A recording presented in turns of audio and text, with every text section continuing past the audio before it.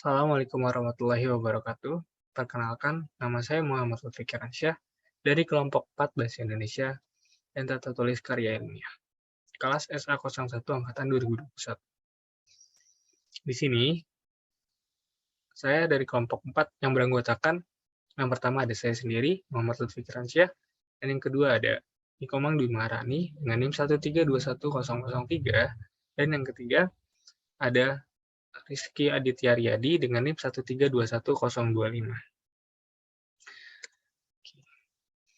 Puji dan syukur kami panjatkan kepada Tuhan Yang Maha Esa karena atas berkat dan rahmat-Nya, sehingga penulis dapat menyelesaikan karya ilmiah yang berjudul Dampak Perkuliahan Hybrid pada Kesehatan Mental Mahasiswa Politeknik STMI Jakarta.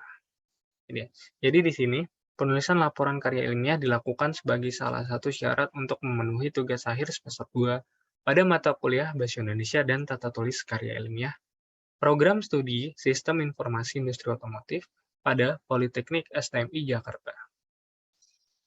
Selain itu, karya ilmiah ini juga bertujuan sebagai menambah wawasan tentang kesehatan mental, khususnya di saat kita semua mengalami dampak dari pencegahan penyebaran virus COVID-19 yang membuat semua masyarakat mengalami kegiatan secara hybrid, serta menjadi acuan untuk para penulis lainnya, khususnya penulis dengan mengangkat topik penelitian yang sama. Tak lupa, penulis mengucapkan terima kasih kepada Ibu Husnul Fatonah selaku dosen pengampu mata kuliah Bahasa Indonesia dan Tata Tulis Karya Ilmiah yang telah membantu penulis dalam mengerjakan karya ilmiah ini. Ucapan terima kasih juga disampaikan kepada semua pihak yang telah berkontribusi dalam pembuatan karya ilmiah ini. Penulis menyadari karya ilmiah ini masih jauh dari kata sempurna. Oleh sebab itu, penulis mengharapkan dan menerima saran serta kritik yang membangun demi kesempurnaan karya ilmiah yang telah dibuat. Ada pembahasan yang pertama, itu ada bab 1, yaitu pendahuluan. Pada subbab 1.1, yaitu latar belakang, pandemi COVID-19 atau COVID-19 telah membuat perubahan yang cukup besar pada semua bidang atau sektor. Nah, baik dalam bidang ekonomi, pariwisata, politik, sosial dan budaya, serta pendidikan, telah membuat perubahan yang cukup besar. Dengan terjadinya peristiwa ini, negara-negara yang terkena dampak dari virus corona mengalami kerugian yang cukup besar pada berbagai bidang, serta menurunnya kualitas dari sumber daya manusia. Nah, pada awal penyebaran virus corona yang cukup pesat ini, tentunya pemerintah tidak tinggal diam. Nah, pemerintah mencari solusi terbaik yang dapat dilakukan untuk melakukan pencegahan penyebaran virus corona ini. Maka pemerintah memberikan upaya terbaik, yaitu dengan diadakannya atau diterapkannya kegiatan baik belajar maupun bekerja yang dilakukan secara daring atau online melalui rumah masing-masing. Nah, seiring berjalannya waktu, angka kasus kematian mulai menurun dan masyarakat telah diberi vaksinasi gratis dalam rangka pencegahan agar masyarakat tidak terjangkit virus corona. Maka dari itu, pemerintah mulai memberlakukan semua kegiatan dilakukan secara hybrid. Dengan perubahan yang terjadi, maka semua orang dituntut untuk beradaptasi pada kebiasaan baru ini. Semulanya semua orang dapat bertatap muka tanpa memikirkan apakah virus dapat menyerang tubuhnya atau tidak. Lalu masyarakat harus beradaptasi pada kebiasaan baru yang semuanya dilakukan secara online atau daring. Nah, setelah itu masyarakat juga harus bisa beradaptasi lagi pada kebiasaan baru yang di mana semua kegiatan dapat dilakukan secara hybrid. Artinya bisa online atau bisa daring melalui rumah, dari rumah maupun secara offline dari kantor atau tempatnya bekerja masing-masing. Tentunya banyak sekali ya dampak positif maupun negatif yang terjadi saat kebiasaan baru ini diterapkan, baik dari kebiasaan masyarakat, kesehatan mental, cara bersosialisasi pada lingkungan, dan lain sebagainya. Nah, pada subbab 1.2 yaitu rumusan masalah, jadi berdasarkan latar belakang tersebut ya, maka banyak sekali permasalahan yang dapat kita bahas sebenarnya dan dapat ditentukan rumusan masalahnya. Lalu kelompok kami menetapkan untuk membahas rumusan masalah. Yang pertama, apa saja dampak kesehatan mental yang dialami oleh para mahasiswa saat menjalani perkuliahan hybrid. Yang kedua, apakah para mahasiswa dapat beradaptasi dengan perkuliahan hybrid. Oke. Lalu pada bab yang sama, yaitu pendahuluan pada subbab 1.2, 1.3, yaitu tujuan penelitian. Yang pertama untuk mengetahui apakah kesehatan mental para mahasiswa terjaga dengan baik di saat perkuliahan hybrid. Lalu yang kedua untuk mengetahui apakah mahasiswa dapat mengikuti perkuliahan hybrid dengan baik. Lalu untuk subbab 1.4 yaitu batasan penelitian. Dalam melakukan penelitian ini kami memiliki batasan penelitian. Kami berfokus pada kesehatan mental para mahasiswa Politeknik STMI Jakarta, khususnya program studi sistem informasi industri otomotif. Lalu pada subbab 1.5 yaitu manfaat penelitian yang memiliki dua jenis manfaat. Yang pertama ada manfaat praktis dan yang kedua ada manfaat teoritis. Pada manfaat ini kami harap pada penelitian ini memberikan informasi kepada masyarakat mengenai kesehatan mental para mahasiswa di kala menjalani perkuliahan hybrid. Dengan begitu, kita dapat melihat perkembangan yang terjadi pada kebiasaan baru ini. Apakah memberikan dampak positif atau memberikan dampak sebaliknya, yaitu negatif. Lalu, apa manfaat praktisnya? Nah, yang pertama, menambah informasi mengenai kebiasaan baru dan apa saja dampak dari perkuliahan hybrid. Lalu yang kedua, dapat mengetahui apa saja yang dirasakan oleh para mahasiswa saat menjalani perkuliahan hybrid. Lalu untuk manfaat teoritisnya, yang pertama dapat mengetahui perkembangan kesehatan mental para mahasiswa saat menjalani perkuliahan hybrid. Lalu yang kedua dapat menjadi pedoman untuk para penulis lainnya, khususnya penulis dengan yang mengangkat tema atau topik yang sama. Lalu kita masuk ke bab 2, yaitu landasan teori. Nah, pada subbab 2.1 yaitu pengertian kesehatan mental. Jadi menurut Kementerian Kesehatan tahun 2018, kesehatan mental yang baik adalah kondisi ketika batin kita berada dalam keadaan tentram dan tenang, sehingga memungkinkan kita untuk menikmati kehidupan sehari-hari dan menghargai orang lain di sekitar. Nah, menurut Alfiah 2016 dalam paper dan Uden 2006, kesehatan mental adalah suatu keadaan di saat seseorang tidak mengalami perasaan bersalah terhadap dirinya sendiri. Jadi memiliki estimasi yang realistis terhadap dirinya sendiri dan dapat menerima kekurangan atau kelemahannya. Kemampuan menghadapi masalah-masalah dalam hidupnya, memiliki kepuasan dalam kehidupan sosialnya, serta memiliki kebahagiaan dalam hidupnya. Jadi dapat disimpulkan bahwa kesehatan mental merupakan kondisi kesehatan emosional, psikologis, dan sosial yang harus dijaga agar kita sebagai manusia juga dapat menjalani hari dengan damai dan tentram. Nah, kesehatan mental merupakan cara kita berpikir, merasakan, dan bertindak, serta cara kita mengatasi suatu permasalahan dengan baik dan bijaksana. Lalu pada subbab 2.2 yaitu peran dan kesehatan mental dalam perkuliahan hybrid ya. Yang pertama ada dari segi sosial emosional dan juga kedua ada dari segi psikologi kognitif. Jadi saat kita mengalami suatu hal atau gaya hidup yang berbeda dari biasanya, jadi secara psikologis situasi stres itu cenderung dapat menghambat kemampuan seseorang untuk mengalihkan perhatian, menyusun perencanaan, dan mengendalikan emosi sehingga sulit untuk berpikir dengan logis. Nah, jadi dalam hal ini menjaga kesehatan mental merupakan kunci terpenting dalam menjalani kehidupan sehari-hari, ya, terutama ketika perkuliahan hybrid di masa pandemi seperti saat ini. Jadi dengan kesehatan mental yang terjaga, maka kesibukan saat menjalani aktivitas dapat dilakukan secara lebih baik dan lebih optimal.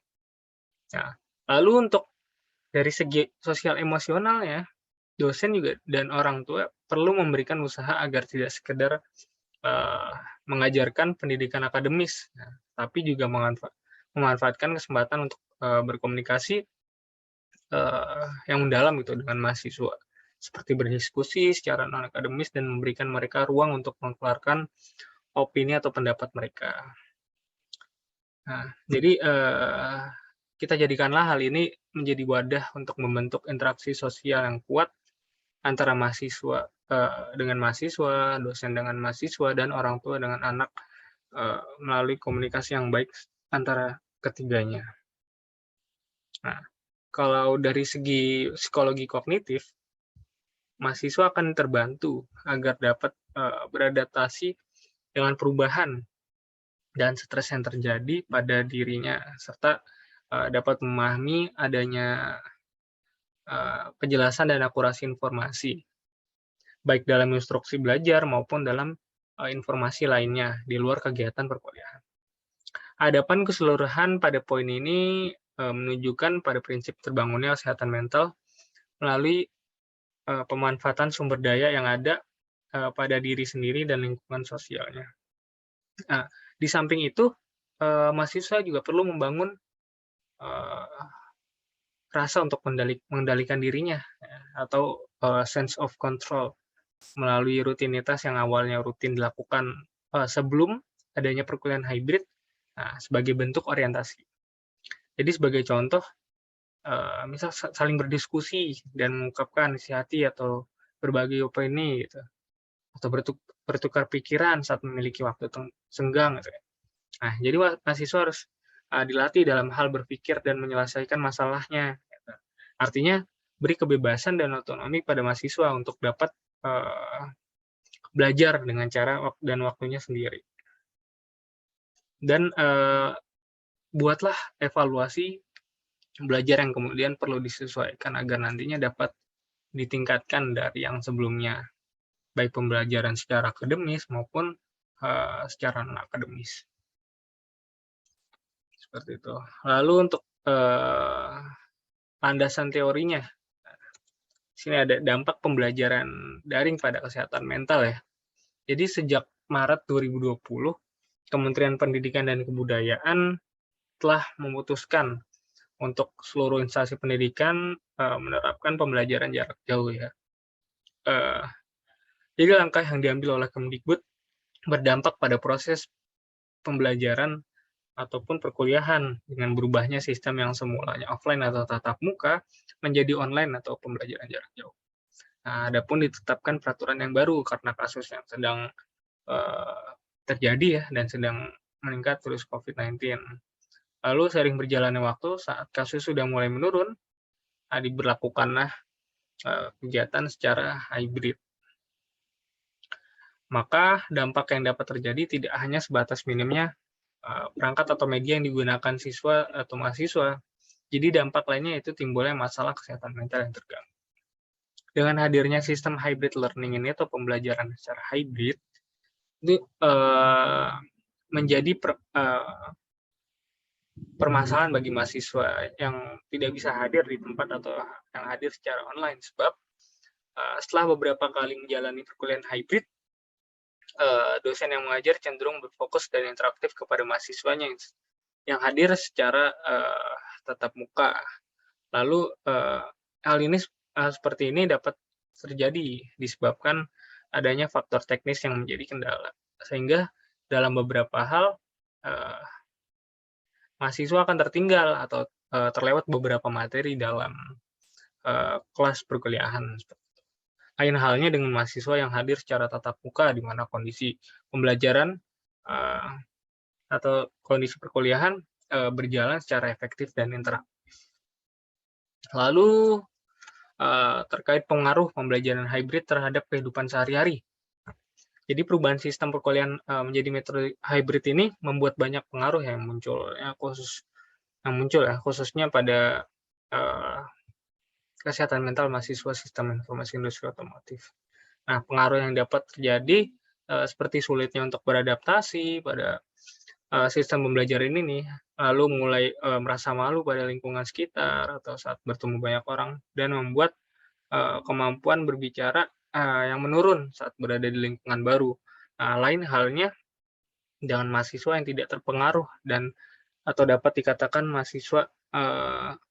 dapat dikatakan bahwa mereka tuh memiliki kepribadian ekstrovert.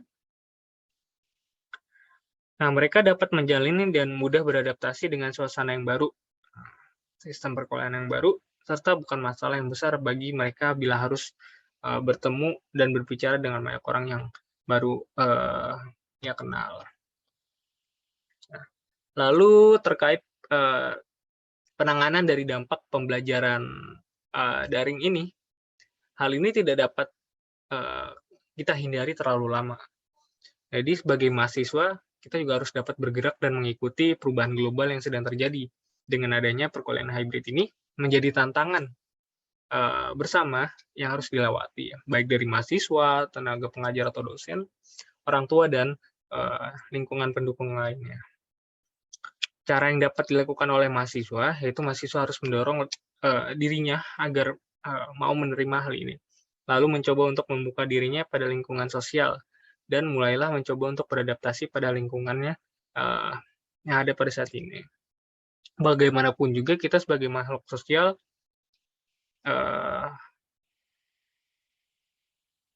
harus mempersiapkan diri ya, baik secara fisik dan mental. Jika terdapat hal yang menyinggung perasaan, coba untuk membicarakan dengan baik ya. Bila masih berlanjut, maka bisa diharapkan. Nah, dengan begitu, kita tidak perlu mengikuti kemauan seseorang jika hal itu membuat diri kita menjadi tidak nyaman. Nah, jadi kita bisa menjadi diri kita sendiri dan mencoba untuk tidak merugikan orang lain. Itu merupakan salah satu cara atau penanganan agar kesehatan mental tetap terjaga dari adanya dampak perkuliahan hybrid ini. Lalu pada bab 3, yaitu metodologi penelitian. Ya. Jadi terkait tempat penelitian, pada saat melakukan penelitian ini, peneliti tidak terikat pada tempat, karena pengambilan data dilakukan dengan menggunakan media Google Form ya. Dan kemudian dianalisisnya menggunakan teknik analisis deskriptif kuantitatif.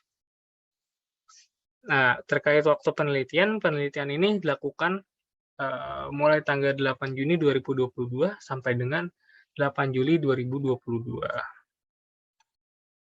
Nah, terkait metode penelitian yang kami gunakan, yaitu menggunakan metode analisis deskriptif kuantitatif, ya, yang merupakan metode penelitian yang berbasis pada filsafat positivisme, yang mana digunakan untuk meneliti populisme atau sampel tertentu. Yang umumnya pengambilan sampelnya itu dilakukan secara random, dan data dikumpulkan menggunakan instrumen penelitian. Lalu dianalisis secara kuantitatif atau statistik dengan tujuan menguji hipotesis yang diterapkan. Itu menurut Krishnan 2021 dalam segi 2009. Nah, pada bab selanjutnya itu analisis dan pembahasan, pengumpulan data. Untuk memperoleh data penelitian ini, peneliti menggunakan data yang diperoleh melalui Google Form yang telah dibuat untuk menunjang penelitian ini. Data yang terkumpul terdapat dari 17 responden, yaitu mahasiswa Politeknik STMI Jakarta, khususnya program studi Sistem Informasi Industri Otomotif, angkatan 2020-2021. Lalu terkait pengolahan data, di penelitian ini telah dilakukan analisis data dengan mendeskripsikan data yang telah didapatkan ya pada dalam penelitian yang telah berlangsung melalui tahap pengamatan atau survei. Nah, langkah-langkah yang digunakan oleh peneliti dalam menganalisis dan data dari penelitian ini Yang pertama ada di identifikasi data. Jadi data yang sudah terkumpul dari para responden dipilih berdasarkan permasalahan yang menjadi kajian dalam penelitian, yaitu dampak perkuliahan hybrid pada kesehatan mental mahasiswa Politeknik STMI Jakarta. Lalu yang kedua ada klasifikasi data. Jadi data yang sudah dipilih lalu disusun secara terperinci agar mudah untuk dimengerti oleh pembaca dan masyarakat luas. Dan yang ketiga ada interpretasi, yaitu dilakukan untuk mengambil kesimpulan data dari hasil penelitian yang telah dilakukan. Nah, di sini terkait hasil survei para responden. Pertanyaan yang pertama, apakah Anda merasa berat dengan tugas selama pembelajaran daring? 7 orang menjawab netral, lalu 1 orang menjawab sangat berat, 6 orang menjawab berat, 1 orang tidak sama sekali, dan 1 orang menjawab tidak. Lalu terkait pertanyaan yang kedua, apakah Anda dapat memahami dan mengerti dengan benar materi yang telah disampaikan? 1 orang menjawab paham, 9 orang menjawab netral, dan 6 orang menjawab tidak. Lalu untuk pertanyaan yang ketiga, yaitu setelah mengalami perkuliahan secara hybrid, apakah Anda lebih senang menyendiri daripada bersama teman-teman? 1 orang menjawab selalu, 3 orang menjawab terkadang, 2 orang menjawab netral, 3 orang menjawab tidak, dan 7 orang menjawab tidak sama sekali. Lalu untuk pertanyaan yang keempat, merupakan pertanyaan esai. Itu setelah mengalami perkuliahan hybrid, apakah Anda merasa gugup dalam situasi baru dan mudah kehilangan rasa percaya diri? Bagaimana cara kalian menghadapinya? 8 orang menjawab tidak merasa gugup dengan cara mengatasi, lebih percaya diri, belajar menerima diri, dan jangan takut salah dalam sebuah pembelajaran. Serta menganggap interaksi dengan teman-teman juga suatu kebutuhan diri. Lalu 1 orang menjawab biasa saja, dan 3 orang menjawab iya, merasa gugup dengan mulai merasa malu dan kemampuan berbicara yang menurun. Dengan memiliki solusi, selalu berusaha tenang dan mengamati kondisi sekitar untuk bisa beradaptasi. Lalu terkait pertanyaan yang nomor 5, setelah mengalami perkuliahan secara hybrid, apakah Anda merasa tidak puas dengan yang Anda lakukan sekarang? 1 orang menjawab sangat puas, 8 orang menjawab puas, 5 orang menjawab netral, dan 2 orang menjawab tidak puas. Pada pertanyaan nomor 6, apakah Anda merasa sangat tertinggal dengan teman-teman Anda yang lainnya? Seperti tertinggal materi pelajaran.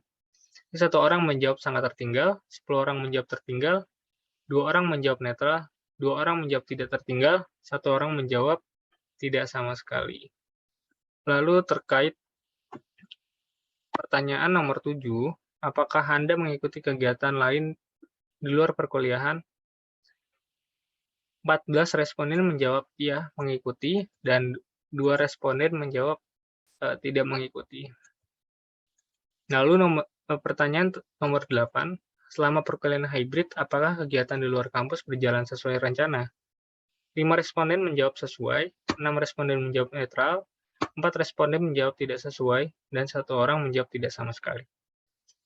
Lalu terkait pertanyaan nomor 9, apakah selama perkuliahan hybrid Anda merasa lebih sering mengungkapkan isi hati pada media sosial? 2 orang menjawab selalu, 2 responden menjawab terkadang, 2 responden menjawab netral, 2 responden menjawab tidak, 8 responden menjawab tidak sama sekali. Lalu pertanyaan terakhir nomor 10, apakah Anda merasa perkuliahan hybrid membuat Anda lebih lelah daripada biasanya? 4 orang menjawab lelah, sangat lelah, 3 orang menjawab lelah, 8 orang menjawab netral, dan 1 orang menjawab tidak. Terkait hasil dari analisis dan data tadi, jadi dapat ditarik kesimpulan ya pada penelitian yang telah dilakukan ini, yaitu dampak perkuliahan hybrid pada kesehatan mental mahasiswa Politeknik STMI Jakarta. Jadi bahwa perkuliahan hybrid tidak mengganggu kesehatan mental dari para mahasiswa.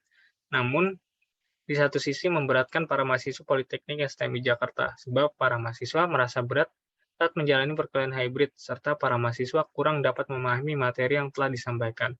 Hal ini dapat dipicu karena sebagian besar mahasiswa Politeknik STEM di Jakarta, khususnya program studi Sistem Informasi Industri Otomotif, mengikuti kegiatan di luar perkuliahan, lalu kurangnya interaksi sosial antara mahasiswa dengan dosen mata kuliah saat perkuliahan berjalan.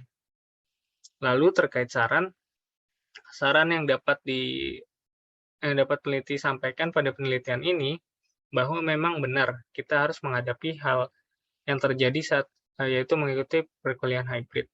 Maka dari itu kita harus mempersiapkan diri baik fisik maupun mental. Seperti yang sudah dijelaskan bahwa para mahasiswa kurang dapat memahami materi yang telah disampaikan. Para mahasiswa dapat melakukan record atau merekam saat perkuliahan yang berlangsung agar nantinya para mahasiswa dapat mempelajari ulang materi yang dirasa kurang mengerti. Dan sebisa mungkin untuk mengatur kegiatan antara perkuliahan dan kegiatan di luar perkuliahan. Dan juga menjaga stamina sangat diperlukan dan dalam menjalani perkuliahan hybrid dan menjaga pola hidup yang baik. Terima kasih atas kesempatannya. Hari merupakan hasil dari karya ilmiah yang saya dan kelompok saya telah buat. Kurang lebihnya mohon maaf. Wassalamualaikum warahmatullahi wabarakatuh.